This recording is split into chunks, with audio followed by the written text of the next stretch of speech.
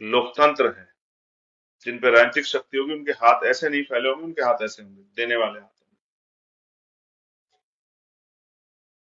मेरे प्यारे भाइयों, जो मध्य प्रदेश राजस्थान, मेरे साथियों जो बहुत मेहनत की है, उत्तर प्रदेश में हमारे साथी बहुत मेहनत कर रहे हैं।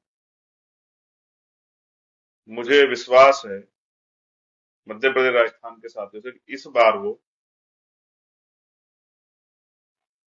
अपनी ताकत बना के उन लोगों के मुंह पे तमाचा मारने का काम करेंगे जो समझते हैं कि इस देश में गरीब अपनी ताकत नहीं बना सकता।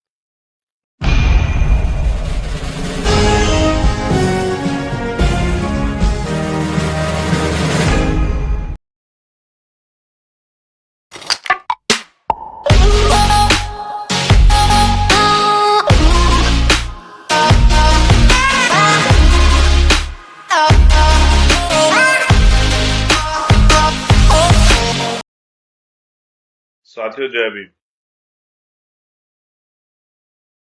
जय भारत, जय संविधान। और मेरे जिंदगी के एक विशेष इस साल के दिन पे आज का यह विशेष लाइव आप सभी से एक चर्चा, आप सभी से कुछ बातचीत, देश और दुनिया में रहने वाले भीम आर्मी आजाद समाज पार्टी के समर्थकों से, बहुजन मिशन के जो हक वंचित समाज के पहरेदार हैं, बहुजन मिशन को आगे बढ़ा रहे हैं, उन सभी के लिए अपने लाइव की शुरुआत करते हुए सबसे पहले मैं बहुजन समाज में समय समय पे जो संत महापुरुष जो जन्मे, उन सभी को नमन करता हूँ। महामानव तथागत बुद्ध से लेके संत श्रोमणी सदगुरु रविदास जी महाराज, भगवान वाल्मीकि महाराज, गुरु नानक देव, संत कबीर, गुरु घासीदास, नारायण गुरु, राष्ट्रपिता ज्योतिबा फूले, छत्रपति साहू जी महाराज, डॉक्टर बाबा साहब अम्बेडकर, सर छोटू राम, महामना राम सुवर्मा, संत राम बीए प्रजापति जी, बाबू जगदेव प्रसाद कुशवाहा, जननायक कपूरी ठाकुर, चौधरी कुंभाराम आर्य, कोतवाल धन सिंह गुर्जर और भी ऐसे बहुत सारे महापुरुष हैं, वीरांगनाएं हैं, जिन्होंने अपने जीवन का एक एक कण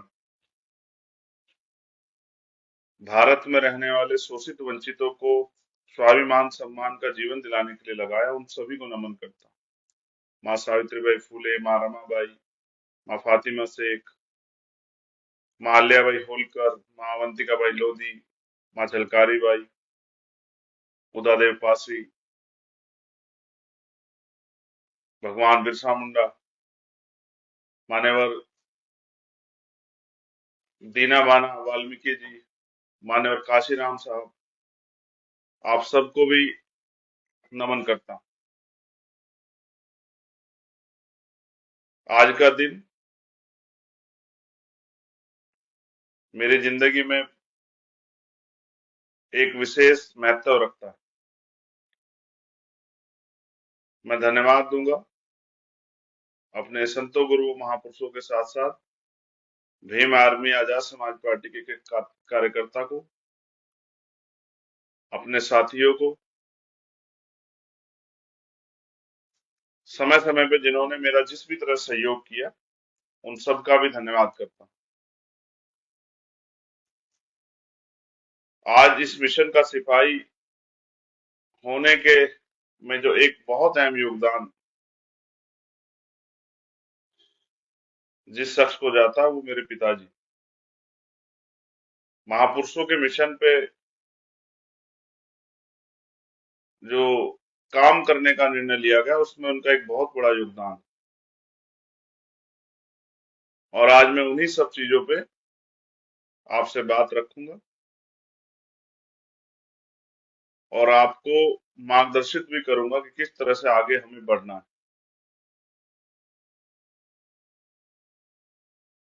सम्मानित साथियों, आज मेरे पिताजी की जयंती है। अपने जीवन में अपने व्यक्तिगत सुखों का त्याग कर उन्होंने हमें, यानी कि हमारे पूरे परिवार के लिए वो जिए। मैंने उनके जीवन में जब होश संभाला तो उनके जीवन का संघर्ष देखा, किस तरह से 30-40 किलोमीटर की साइकिल यात्रा करके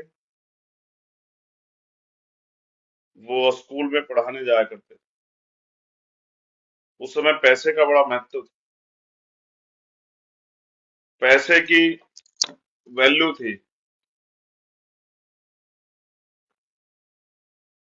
और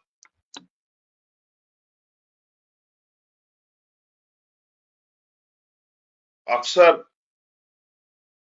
जब हमें पढ़ाते हुए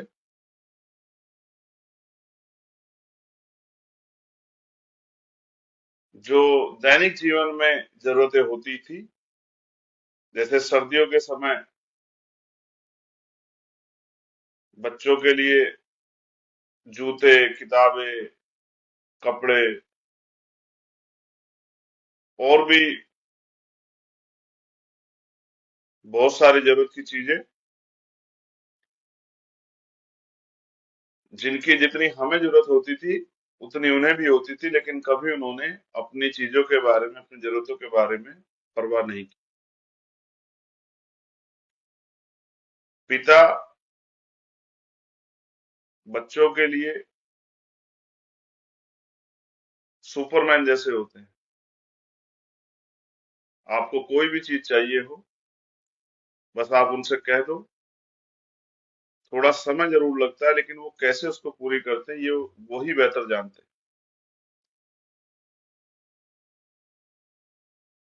वो एक हीरो होते हैं जो आपके ऊपर जब भी कोई समस्या आती है तो वो उस समस्या को समाप्त करने के लिए कहीं से आ जाते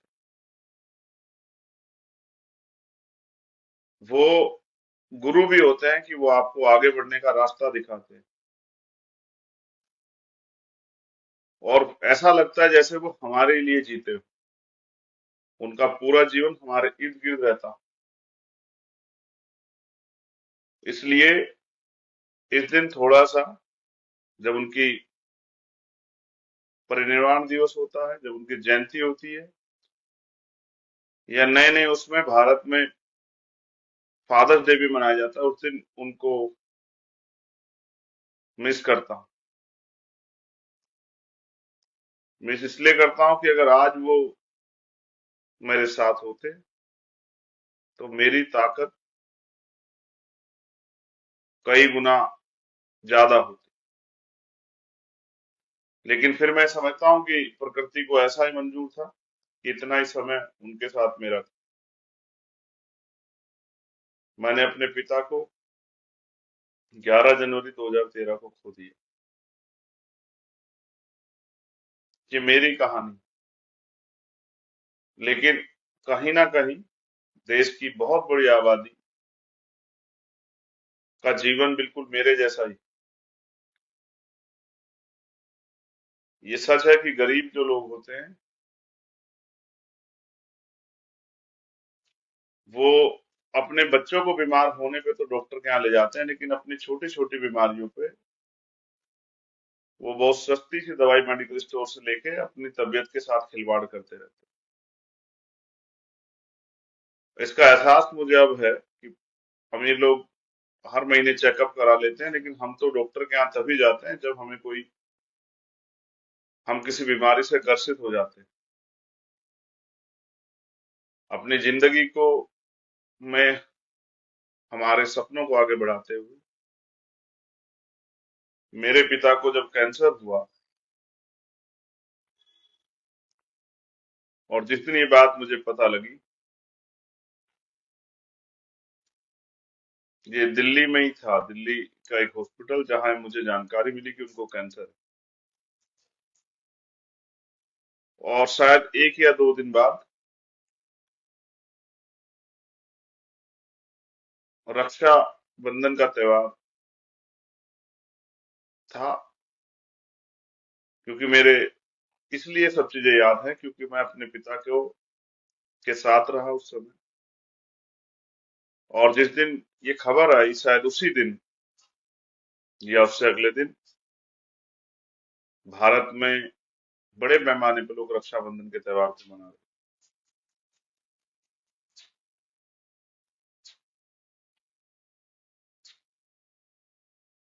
हॉस्पिटल से भी बहुत सारा स्टाफ छुट्टी पे था, और जब मुझे पता लगा कि मेरे फादर को कैंसर है और कैंसर का नाम इतना डरावना था, तो उसका इलाज थोड़ा सा आसान हो गया है, तो मैं अपनी भावुकता को रोक नहीं पाया। बहुत लंबे समय में अकेला बैठ के हॉस्पिटल में भावुक रहा, तकलीफ में रहा, और मैंने अपने पिता को नहीं बताया कि उनकी रिपोर्ट में क्या है। फिर मैं उनको एम्स लेके गया, जहां 2 दिन मेरे पिता रहे। मुझसे दूर शायद मेरे बड़े भाई भी देहरादून में बैठ के शायद इस लाइव को सुनेंगे या फिर बाद में इस वीडियो को देखेंगे। और 2 दिन मेरे पिता उस हॉस्पिटल में, उनको बेड नहीं मिला। जिस पिता को मैंने हमेशा स्वाभिमान सम्मान के साथ जीते देखा, वो फर्श पे लेटे रहे। फिर उसके बाद डॉक्टर का जो आदेश था, निर्देशन थे कि आप उनको जोली ग्रांट ले जाओ, आपके नजदीक भी पड़ेगा, वहां आपको ट्रीटमेंट भी आसान रहेगा। ये दिल्ली है, बहुत महंगा, और आपको दूर भी बहुत पड़ेगा। लगभग 11 से 12 महीने मेरे फादर का वहाँ ट्रीटमेंट चला, और 11 जनवरी 2013 को सुबह 4 बजे उनकी डेथ।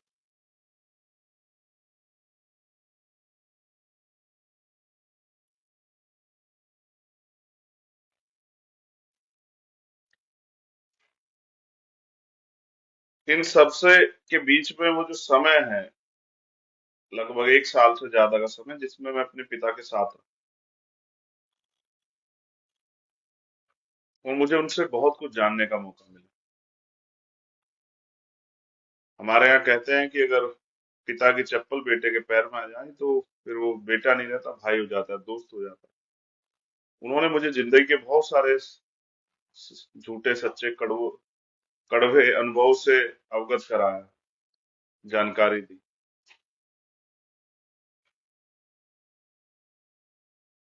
और उसी बीच में मुझसे अक्सर जब महापुरुषों के बारे में बात करते थे, तो वो यही कहते थे कि भाई, महापुरुषों ने हमारे लिए इतना किया, लेकिन हम महापुरुषों के आंदोलन में बहुत ज्यादा योगदान नहीं दे पाए। मेरे पिता क्योंकि प्राइमरी स्कूल में हेडमास्टर रिटायर हो गए, वो बामसेफ के कर्मचारी थे, और मिशन के प्रति बामसेफ के लोग कितने जो हैं समर्पित थे, इस बात को आप सभी लोग जानते हैं। और अगर नहीं जानते तो अपने आसपास पुराने बामसेफ के लोगों को देखोगे तो शायद आप उनसे बात करोगे तो आपको समझ आ जाएगा।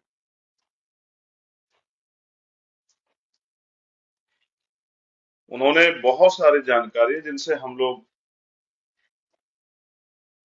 जिनको हम जानते नहीं थे, वो मुझे बताई।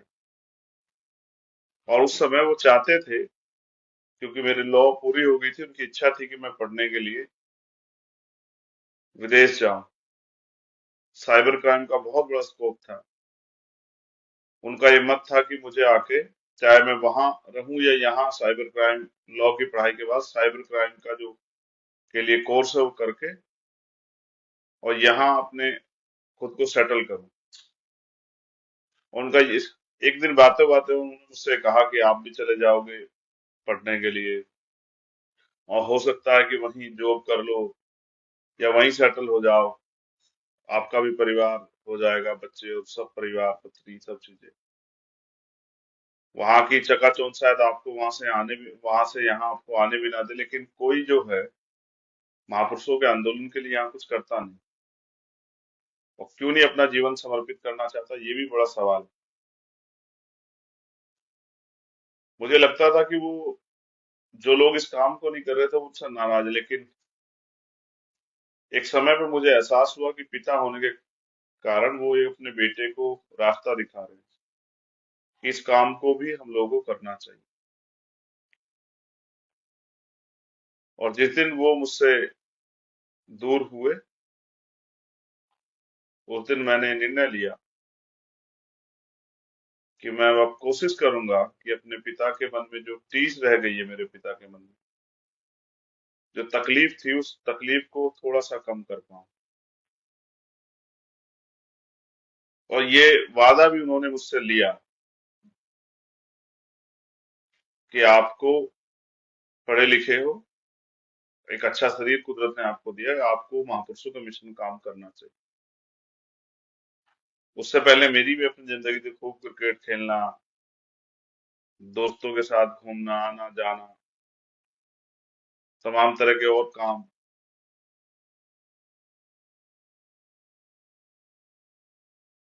उस दिन उस जिंदगी में स्टॉप लगा और एक नया जीवन शुरू। बहुत कठिनाइयों के साथ अपने साथियों के साथ हम लोग आगे बढ़े। हमारे राष्ट्रीय अध्यक्ष विनय तंत्र सिंह जी, जो सबसे पहले जिनके साथ मैंने इस बात पर डिस्कस किया कि हमें इस काम को आगे बढ़ाना चाहिए, वो बहुत प्यारे नेचर के हैं। मेरी बहुत सारी बातों को न गलतियों को नजरअंदाज करते उन्होंने इस काम को हमारे साथ आगे बढ़ा। और उनके बाद जो जो साथी मिलते गए, भाई कमल जी और भी जो साथी हमारे कुछ दिनों बाद हमसे जुड़े, उन सब के साथ मिलके इस कारवा को हमने आगे बढ़ाया। अगर ये घटना मेरे जीवन में ना घटी होती तो शायद इतनी ईमानदारी और समर्पण की भावना से इतने आरोप, इतने अपमान, इतनी कठिनाइयों का सामना करते हुए मैं इस आंदोलन में इतनी मजबूती से ना खड़ा हूं।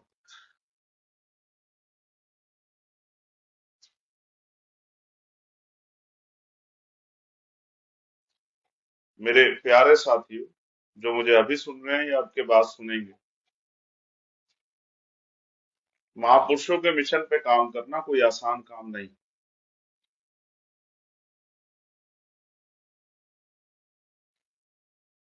मैं भी और मेरे साथी भी, हम चाहते तो किसी भी राजनीतिक दल के मेंबर बन जाते। अगर हमारा लक्ष्य विधायक और एमपी बनना होता या फिर कुछ पैसा कमाना या साधन संसाधन जुटाना होता।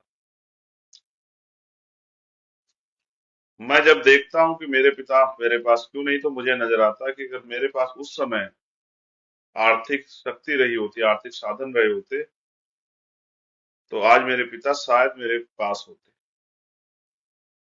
और पिता, जैसे मैंने कहा, रीढ़ की हड्डी जैसे होते हैं शरीर में, जैसे रीढ़ की हड्डी, आज वो मेरे पास नहीं है। जिन लोगों ने कम उम्र में अपने पिता खोए, वो बेहतर जानते हो पिता खोने का दर्द कैसा होता है। मैं मानता हूं कि मेरे पिता प्राइमरी स्कूल के हेडमास्टर थे, लेकिन उनके पास सिद्धांत थे। एक अध्यापक दर्पण होता है, वो जिन बच्चों को पढ़ाता है, चाहे उनको वो अगर चाहे तो उनको खराब रास्ते पे ले जाए और चाहे तो उनको अच्छे रास्ते पे ले जाए। मेरे पिता बहुत अनुशासित थे। उनका ये वो गुण मुझ में है।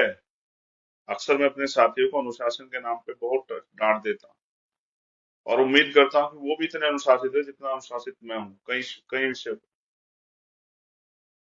ये मैंने अपने पिता से सीखा। बहुत सारे साथी हमारे साथ थे, आज कुछ लोग हैं, बहुत सारे, कुछ लोग नहीं है, बहुत सारे लोग हैं, नए साथी भी जुड़ रहे हैं।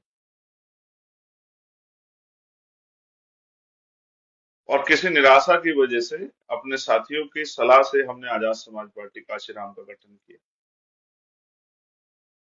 और मैं बार बार अक्सर बताता हूँ कि मेरा नाम मेरे पिता ने चंद्रशेखर रखा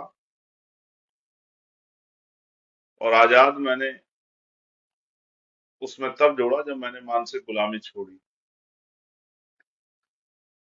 ये बात मैं आपसे क्यों बता रहा हूं, इसका भी एक कारण है।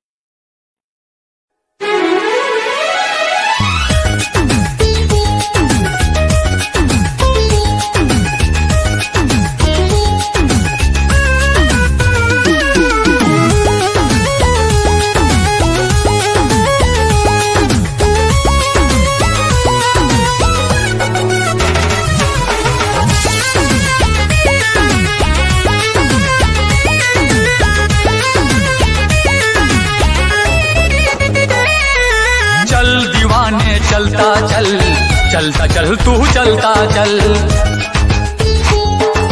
दुनिया के अन्याय से भीम दीवाने लड़ता चल। चल दीवाने चलता चल, चलता चल, तू चलता चल। दुनिया के अन्याय से भीम दीवाने लड़ता चल। नागवंश का नायक है तू, द्रविड़ों का सरदार है। मौर्य वंश का है जुनून, तू भारत का रखवार है। तेरी भुजा में बसा हुआ है, तेरी भुजा में बसा हुआ है चंद्रगुप्त का बाहुबल। चल दीवाने चलता चल, चलता चल, तू चलता चल। चल दीवाने चलता चल, चलता चल, तू चलता चल। दुनिया के अन्याय से भीम दीवाने